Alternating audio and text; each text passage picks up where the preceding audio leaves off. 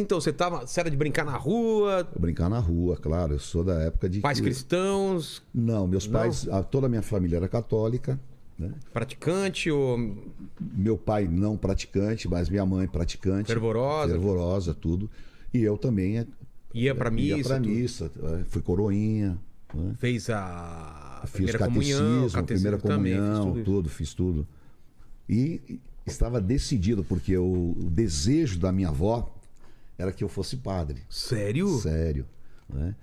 E ela trabalhou isso muito na minha cabeça. Caramba! E num determinado momento eu achei que eu tinha chegou vocação. a Cheguei a pensar. Meus pais chegaram a conversar, fizeram entrevista com o padre e tudo mais. E eu fui coroinha da Margarida Maria a Margarida Maria. Mas você era de ler Bíblia, de estudar, de fazer alguma coisa? Nessa época não não. Ler Bíblia, né?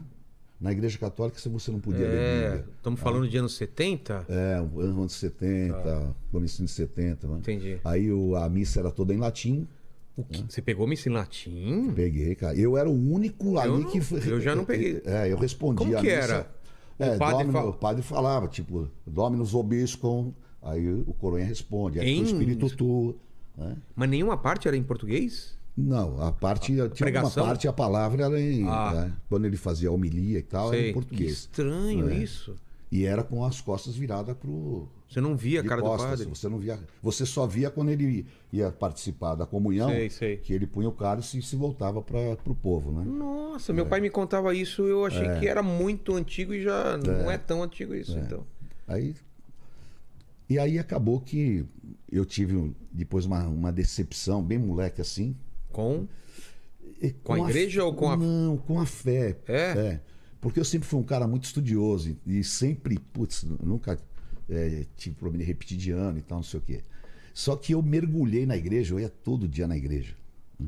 E dei uma relaxada nos estudos. Tá? E aí, quando estava quase no final do ano, eu fui conversar com o padre. E ele falou para mim, cara, fica tranquilo, olha, acende aí uma vela, reza tantas ave-marias e tal, que vai dar certo. E eu, garotão, acreditei 100%, queria dar certo e fui com tudo. Né? Só que... Faltou ele falar, estuda também, né? Essa parte ele não falou e foi aonde eu dancei, porque eu não tinha estudado. E quer ganhar na loteria, compra o bilhete. Exatamente. Né? Então, mas naquele momento deu aquele baque e aí eu dei uma recuada. Né? E aí mergulhou de novo nos estudos, aí você voltou Aí eu voltei a estudar e tal, falei, dá um tempo, não quero saber de igreja, tal. E aí nesse meio tempo aconteceu um negócio incrível, porque a minha avó materna, ela havia se convertido na Assembleia de Deus. E pra gente era uma loucura, porque naquela época ela vinha com o cabelo até aqui, ela entrava em casa, passava de costas pra TV, falava que a TV era o trono de Satanás, aquela loucura de usos e costumes, né? Sim. E meu pai era um cara muito, muito duro, tá? Um espanholão e tal. E de repente, meu pai se converteu. E aquele negócio mexeu com a minha cabeça. E mudou o jeito dele? Mudou o jeito, o cara foi transformado. É mesmo? E aí ele falava pra mim, cara, você tem que ir comigo na igreja. E sua mãe nessa? A minha mãe também tinha se convertido. Também? Também. Né? E aí só os dois. Né? Eu e meus irmãos, não. Aí meu pai, cara, você tem que ir na igreja comigo. Eu não vou. Só que naquela época também não tinha essa de não vou, né? É claro. Você acha, mandíbula, que é assim? Você não vou não era mole. tá bom, vou ficar aqui. Não, vai, pronto. Você vai, cara. Aí ia com ele. E aí era uma igreja longe, cara, na cidade de Leonor, na zona sul de São Paulo. E é uma igreja de madeira. Ele entrava, eu não entrava, eu ficava fora. E lá fora eu conheci aquele pessoal que fica lá fora de igreja, batendo papo e tal, não sei o que eu sempre falo que é o lado obscuro. Né? Até que um dia... Só apertar aqui. Até que um dia nós fomos durante a semana e esses caras não estavam lá.